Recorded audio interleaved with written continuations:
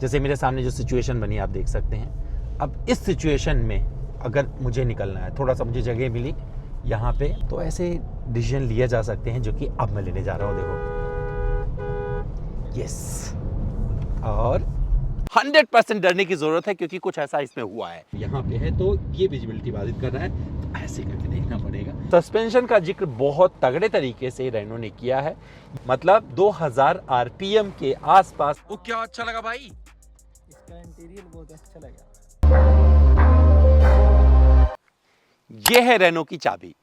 अगर आप unlock button दबा के रखेंगे तो सारे विंडो रोल डाउन हो जाते हैं, एक आवाज आएगी और सारे विंडो रोल डाउन हो जाते हैं। फीचर के तौर पर इस गाड़ी में बहुत सारी चीजें अलग दी गई हैं। मैं जो गाड़ी चला रहा हूं इसका टॉप मॉडल है। कीमत 10,29,000 रुपए से शुरू होती है और जाती है 18 लाख कुछ हजार रुपए तक। जो मैं चला रहा हूं ये इसका 6 स्पीड डीसीटी है, 1.4 लीटर टर्बो पेट्रोल के साथ में आती है। 50 लीटर का इसमें टैंक है, पेट्रोल गाड़ी है। और मैं वही कर रहा हूं जो हमेशा करता हूं। देहरादून से लेके निकला हूं, चंडीगढ़ जा रहा हूं, वापस जाऊंगा और लगभग कोशिश करूंगा कि लगभग 300-400 किलोमीटर इस गाड़ी को चलाऊं और दोबारा टैंक भरवाऊं और आपको बताऊं कितना माइलेज देती है। लेकिन इस बीच में कुछ और सवालों का जवाब दूंगा। चलाने में कैसी है, खराब रास्तों पर कैसी चलती है, शहर में क्या मजेदार रहती है, केबिन इंसुलेशन कैसा है, 212 mm का ग्राउंड क्लियरेंस है, क्या वो परफेक्टली जाता है इस गाड़ी के साथ में, और क्या मिड साइज एसयूवी सेगमेंट में अब और कंपनियों को डरने की जरूरत है क्योंकि यहां पर एक क्लिक है। 100% डरने की जरूरत है क्योंकि कुछ ऐसा इसमें हुआ है। तो क्या ऐसा हुआ है इसका भी जवाब दूंगा और आपको बताऊंगा कि कितना माइलेज दिया है। तो सबसे पहले टैंक मैंने फुल करवा लिया है। अब तक 129 किलोमीटर चला चुका हूं, जहां पर ये गाड़ी मुझे दिखा रही है लगभग 16 किलोमीटर प्रति लीटर का माइलेज। और अब जब दोबारा मैं चलाऊंगा, कंप्लीट करूंगा अपना ड्राइव, तो कितना माइलेज देगी वो आपको जवाब के साथ बता दूंगा। तो चलिए भैया मेरे साथ हो जाइए। और अगर आप इस डस्टर के बारे में बहुत कुछ जानना चाहते हैं, क्योंकि यहाँ पर सच में बहुत कुछ बताने के लिए है, तो ये वीडियो आपको अंत तक जरूर देखना चाहिए। पहली बार चैनल पर आए सब्सक्राइब कर लें और दोस्तों से भी अपने इस वीडियो को जरूर साझा करें।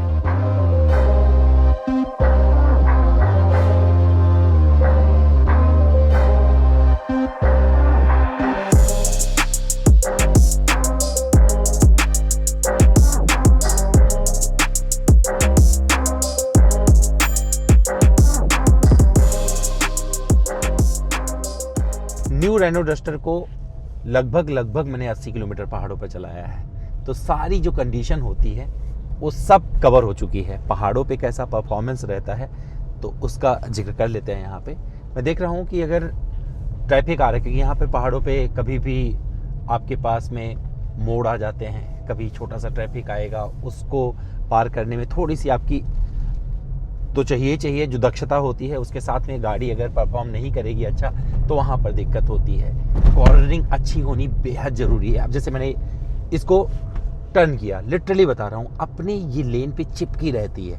और मुझे डस्टर का ये पार्ट, ये कैरेक्टर बहुत अच्छा लगा है। और इस डीसीटी में ये अच्छी बात है, तो शिफ्टिंग का पता नहीं चलता है।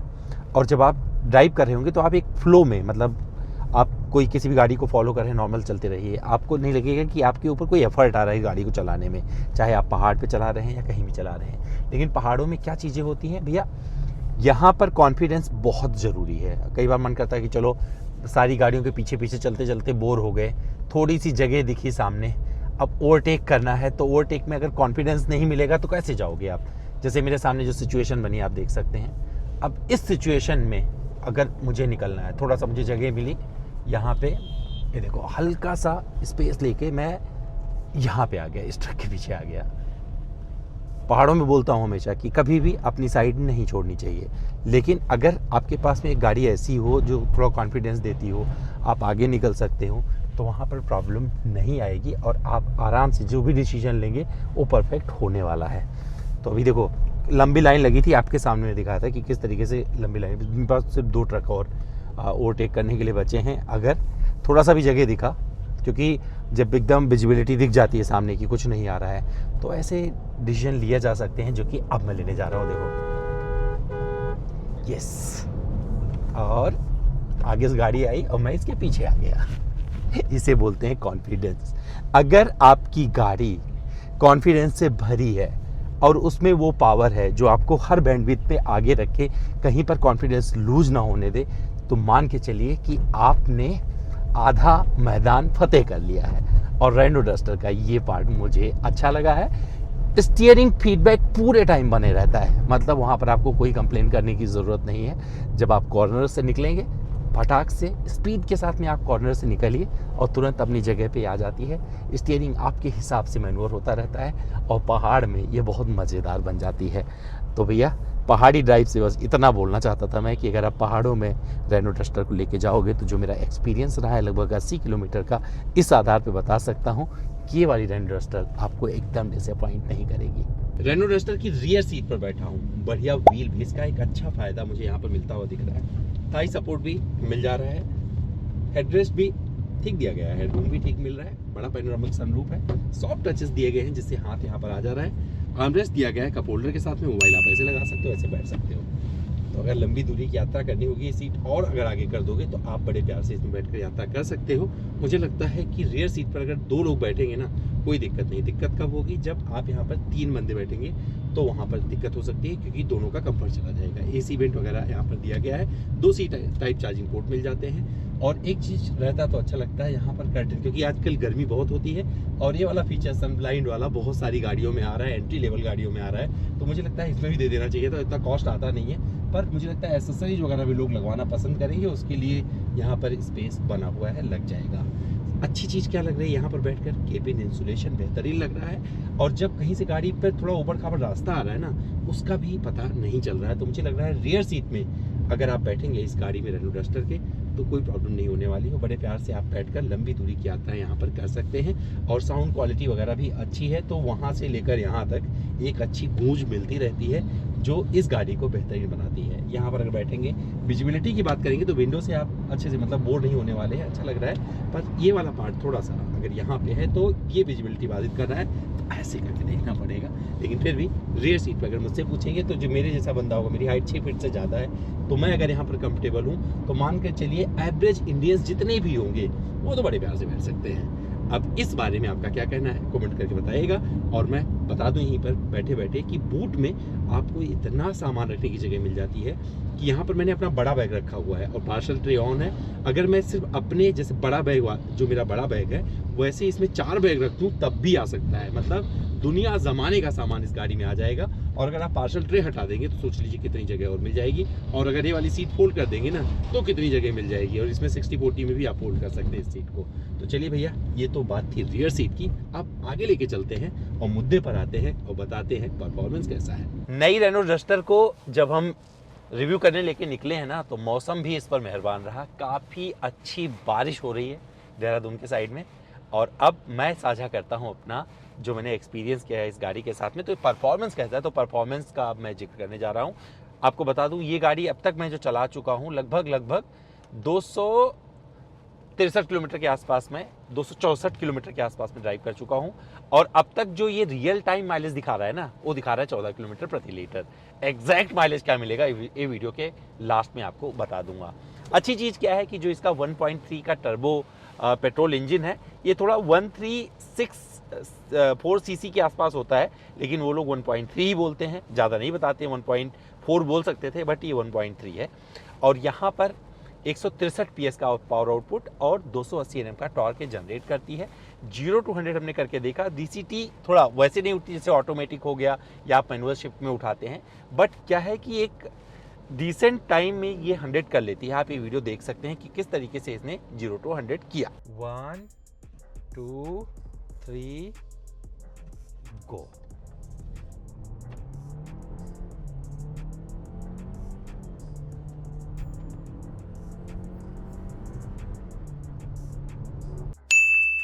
DCT एक ड्यूअल क्लच ट्रांसमिशन अगर बोला जाए तो थोड़ा सा अगर आप इससे लाइट फुट पेश आएंगे तो मान के चलिए कि आपको माइलेज भी बेहतरीन मिलेगा।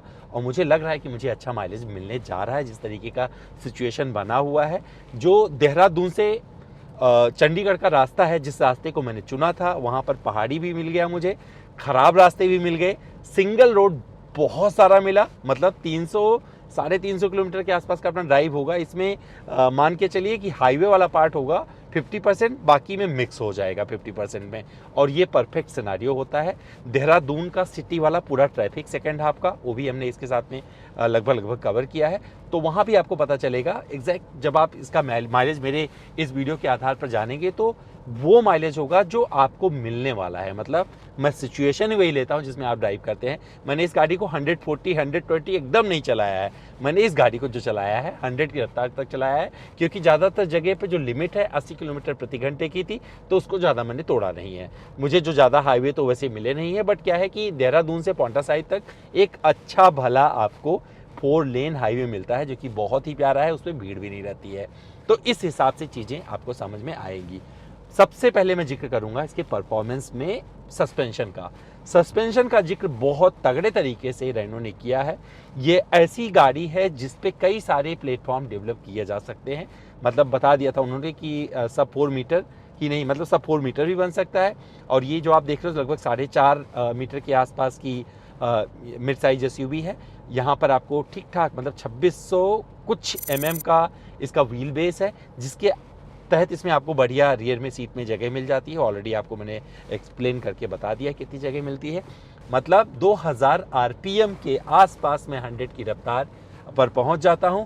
सबसे ज़्यादा मज़ेदार कब होता है, जब आप इस गाड़ी को लेके हाईवे पे चला रहे होंगे और सामने कोई गाड़ी जा रही होगी जिसको मन करेगा आप ओवरटेक करो, और उस गाड़ी की रफ्तार अगर 90 से 100 के बीच में है तो आप पलक झपकते ही उसे पार कर जाओगे, कोई दिक्कत नहीं। इसके ऊपर भी पार कर सकते हो, बट वहाँ पर थोड़ा शिफ्टिंग आपको पता चलेगा। यहाँ पर मैनुअल शिफ्ट दिया, आप पैडल शिफ्टर के सहारे भी अगर आपको अच्छा लगता है तो आप D6 तक जा सकते हैं, बट मैं देख रहा हूँ कि नॉर्मल भी चलाते रहेंगे तो कोई दिक्कत नहीं है। बट यहाँ पर मतलब ये चीज़ें मेंटेन रहती हैं, तो यहाँ पर आपको कोई तकलीफ नहीं होगी। वेंटिलेटेड सीट दोनों मिल जाती है यहाँ पर, और देखने में गाड़ी बहुत अच्छी लग रही है। कर्व स्क्रीन दिया गया है, टच स्क्रीन इंफोटेनमेंट सिस्टम मिलता है, wireless Android Auto Apple CarPlay मिल जाते हैं। और अच्छी चीज़ क्या है कि यहाँ पर एक छोटा सा पॉपअप आता है, अगर गाड़ी के चारों तरफ कोई बंदा घूम रहा है ना तो भी बताता रहता है यहाँ पर कि भैया एक बंदा आ गया है, थोड़ा सावधान रहिए। तो सारी चीज़ें इसमें दिखती रहती हैं। प्रैक्टिकलिटी के लिहाज से देखेंगे अगर तो रोड प्रेजेंस जो है इसका, लोग मुड़कर देख रहे हैं। वो क्या अच्छा लगा भाई?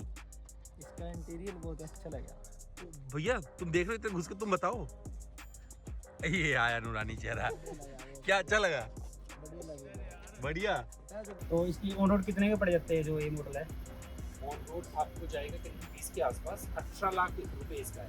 अच्छा, इसका प्राइस 8 लाख प्राइस है, एक्स शोरूम प्राइस है, यानी कि भी मान के चलो कि 20 के अराउंड पड़ जाएगी। सही लगी गाड़ी आपको? गाड़ी तो बहुत अच्छी है। तो ये चीज़ अच्छी लग रही है। जो कलर मैं चला रहा हूँ, कई सारे कलर के ऑप्शन मिलते हैं। जो कलर मैं चला रहा हूँ ये कलर मुझे इसके पहले मैंने एक्सपीरियंस किया था कुशाक को, तो उसको शिमला ग्रीन बोला था। तो अगर मैं शिमला इसका नाम दे दूं और ग्रीन लगा दूं तो मुझे लगता है वही चल जाएगा काम। बट आपको डस्टर का कौन सा कलर अच्छा लग रहा है कमेंट करके जरूर बताइएगा।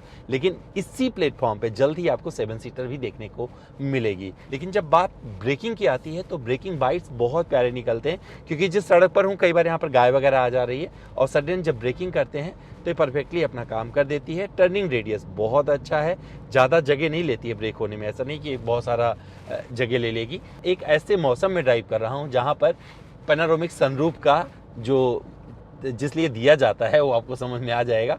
मौसम अच्छा हो तो खोल दीजिए, बादल अंदर दिखते रहेंगे और यहाँ की खूबसूरती इंटीरियर की बढ़ाते रहेंगे। शुरू में मुझे देखने में लगा था कि ये इंटीरियर कहीं मतलब पीछे बैठेंगे दिक्कत तो नहीं देगा, लेकिन जब चला रहा हूँ एक्सपीरियंस कर रहा हूँ चीज़ों को, मुझे लगता है ये सीट इस सेगमेंट की सबसे कंफर्टेबल सीट है। क्योंकि जिस तरीके से ये नीचे तक जाती है ना, मेरे जैसे व्यक्ति को भी एक बहुत तगड़ा कंफर्ट मिल जाता है। तो देखो यहाँ पे मैं आराम से अपना मेरा सिर टिका हुआ है, फिर भी मुझे हेडरूम अच्छा मिल रहा है, कोई दिक्कत नहीं है। तो यहाँ पर एक चीज़ और बता देता हूँ, सबसे अच्छी स्पीड कौन सी इसकी, 80 से 100 के बीच में रखिएगा, बहुत मज़ा आने वाला है। 120 पे जाएंगे तो उस जगह पे अच्छा लगेगा जहाँ पर क्रूज़ कंट्रोल वगैरह लगाते हैं। इसमें आपको एडाप्टिव क्रूज़ कंट्रोल मिलता है, सामने वाली गाड़ी को देख के उसके हिसाब से रफ्तार अपनी मेंटेन रखता है। अगर उस वैसी जगह पे कभी मौका मिलेगा तो चला के दिखाएंगे, लेकिन जहाँ पर अभी चला रहा हूँ वहाँ पर तो मुझे कतई मौका नहीं मिला है। तो यहाँ पर ये चीज़ें अगर देखेंगे उठाकर अच्छा है। सेफ्टी के लिहाज से बहुत सारी चीज़ें इसमें मिल जाती हैं। एक चीज़ जो मैं और एक्सपीरियंस कर पा रहा हूँ, यूटिलिटी स्पेसेस बहुत सारे हैं इसमें। तो यहाँ से लेकर यहाँ तक सामान रखने का मतलब ये खुलता है, बहुत अच्छा लगता है। यहाँ पर सामान रख लीजिए, यहाँ पर सामान रख लीजिए। दरवाजे पर आपको पानी की बोतल लगाने की ठीक ठाक जगह मिल जाती है। मतलब ये यहाँ से लेके यहाँ तक दरवाज़ा आपको सिर्फ यूटिलिटी के नाम पे बहुत सारी स्पेस ऑफर कर देता है, जो कि काफ़ी अच्छा लग रहा है इस जगह पे। बारिश का मौसम है, वाइपर अपना बढ़िया से काम कर दे रहे हैं, रियर वाइपर भी अच्छे से सफाई कर रहे हैं और ये यहाँ तक कवर कर रहा है। तो ये चीज़ भी बहुत अच्छी लग रही है इस गाड़ी की। मतलब अगर आप वाइपर की बात करेंगे तो बहुत सारी कम गाड़ियों में देखता हूँ कि यहाँ तक कोई मतलब आपके लिए विजिबिलिटी बना दे, जब क्योंकि बारिश में पानी जब इसमें पड़ती है, बूंदें पड़ती है ना, तो बहुत इरिटेट करती हैं। तो उस लिहाज से भी चीज़ें मुझे अच्छी लगी हैं। तो मुझे लगता है रेनो सही टाइम पे डस्टर को लाया है, क्योंकि मिड साइज एसयूवी सेगमेंट में जो भीड़ बढ़ी है, अगर वहाँ पर आप एक अलग गाड़ी देखेंगे जो सेगमेंट में चलाने में सबसे अच्छी हो, तो उनमें से एक गाड़ी हो सकती है। मैं आपको बता रहा हूँ, उनमें से एक गाड़ी हो सकती है। मुझे लगता है अगर आप इसके बारे में सोच रहे हैं ना, तो बिना टेस्ट ड्राइव करिए इसे मत बुक करिएगा, जाइए और तब इसे आप खरीदिए जब आपके शहर में एक रेनो का डीलरशिप हो, जिससे आपको सर्विस करवाने दूर ना जाना पड़े। मेरा मकसद है ये बताना कि ये कितना माइलेज दे सकती है। लेकिन चलते चलते बता दूं, अप्रोच एंगल, डिपार्चर एंगल और ग्राउंड क्लियरेंस 212 mm का बहुत परफेक्ट है और इस गाड़ी को हर कंडीशन के, हर इंडियन कंडीशन के लायक परफेक्ट बनाता है। तो भैया अगर रेनो डस्टर की बात करें शहर में कैसे चलती है, तो देखो देहरादून शहर में हम इसे ड्राइव कर रहे हैं और यहाँ पर अगर बात करेंगे तो ये ट्रैफिक में एक वरदान साबित होने वाली है ये डीसीटी। अगर आप मैनुअल पे जाते हैं ना और बम्पर टू बम्पर ट्रैफिक का रोज़ सामना करना पड़ेगा, तो कितनी तकलीफ होती है उसका अंदाज़ा आप सबको होगा। अच्छी चीज़ क्या है, जैसे मैंने गाड़ी रोकी, स्टार्ट स्टॉप इसमें आता है, मतलब स्मार्ट हाइब्रिड टाइप की चीज़ें इसमें है। तो स्ट्रॉन्ग हाइब्रिड आएगा दिवाली के आसपास, लेकिन उसके पहले भी ये देखो अभी खामोश हो गई है, जिससे पेट्रोल वगैरह ज़्यादा ना लगे। और मैं कुछ नहीं कर रहा हूँ, देखो अपने आप ही 1000 RPM के आसपास पे जो है आगे बढ़ना शुरू हो जाती है। थोड़ा सा धीरे धीरे एक्सेलरेट करते रहिए, एक हल्के कदम से चलाइए गाड़ी, हल्के फुट से, बोले ना लाइट फुट से, और फिर देखिए ये आपको कहीं पे दिक्कत नहीं आने देगी। तो सिटी ट्रैफिक में अगर बात करेंगे मैनोरेबिलिटी की बहुत अच्छी है। शहर में जैसे आप कहीं पे स्पीड मौका मिल जाए, आप ओवरटेक कर रहे हैं, बहुत प्यार से कर लेते हैं। और जब बात करती है वहाँ पर छोटी छोटी जगहों पे, अगर आपको थोड़ी सी जगह मिल जाए वहाँ से निकल सकती है, तो 360 डिग्री कैमरा इसका सपोर्ट करता है। और ये चीज़ मुझे लग रहा है कि इस गाड़ी में काफ़ी अच्छा है, मतलब इस गाड़ी के साइज़ को का अंदाज़ा जब आप ड्राइव कर रहे होंगे वो पता नहीं चलने देता है। मुझे तो बहुत सही लग रही है गाड़ी और सिटी स्पीड के हिसाब से काफ़ी परफेक्ट है। तो मुझे लगता है बम्पर टू बम्पर ट्रैफिक में लोग इसे काफ़ी पसंद करने वाले हैं। यहाँ पर एयर प्यूरीफायर भी आता है। तो भैया अगर आप ऐसे शहर में रहते हैं जहाँ पर AQI बहुत ज़्यादा है, तो एयर क्वालिटी आप यहाँ चूज़ करिएगा। डायनेमिक चेसिस भी देख सकते हैं, चीज़ें इस पर बताता रहता है, अच्छे से आता है। तो स्क्रीन पर बहुत सारी चीज़ें आपको यहीं से देखने को मिल जाती हैं। थोड़ा कम स्पीड होगा तब 360 डिग्री आता है, पर मुझे लगता है कि बहुत सारी चीज़ों के लिहाज से अगर शहर में, क्योंकि गाड़ी बहुत ज़्यादातर लोग की आप अमूमन की नहीं है कि आप गाड़ी लिया और हाईवे पे पहुंच गए, जब शहर में चलाएंगे तो वहाँ पर तो मुझे बहुत ही ईजी लग रही है ड्राइव करने में। और मुझे लगता है अगर इस गाड़ी को आप ख़रीदते हैं और थोड़ा सा आप काबू रखेंगे अपने पे, तो इससे माइलेज भी अच्छा निकाल सकते हैं। लेकिन कितना माइलेज निकाल पाएंगे उसी तरफ प्रस्थान कर रहे हैं, क्योंकि अभी थोड़े किलोमीटर और बचे हुए हैं। इसके बाद इसका पूरा टैंक फुल करवाएंगे। सोचा था कि पूरा टैंक खाली कर दें, तो वो हम नहीं कर पाए। सबसे इंटरेस्टिंग बात बताऊं, जब हमने ड्राइव शुरू किया था तब दिखा रहा था 490 किलोमीटर की रेंज, और अभी 1/3 खाली हुआ है, फिर भी 450 किलोमीटर की रेंज इसके इंस्ट्रूमेंट क्लस्टर पर नज़र आ रही है। अब एग्जैक्ट माइलेज इसने कितना दिया है ना, अब टैंक भरवाएंगे 50 लीटर का, देखते हैं कितना और जाएगा, और फिर आपसे मुखातिब होते हैं, बताते हैं कि भैया क्या करना चाहिए, खरीदना चाहिए, नहीं खरीदना चाहिए, कितना माइलेज देती है, उसका जिक्र अब किया जाएगा टैंक भरवा के।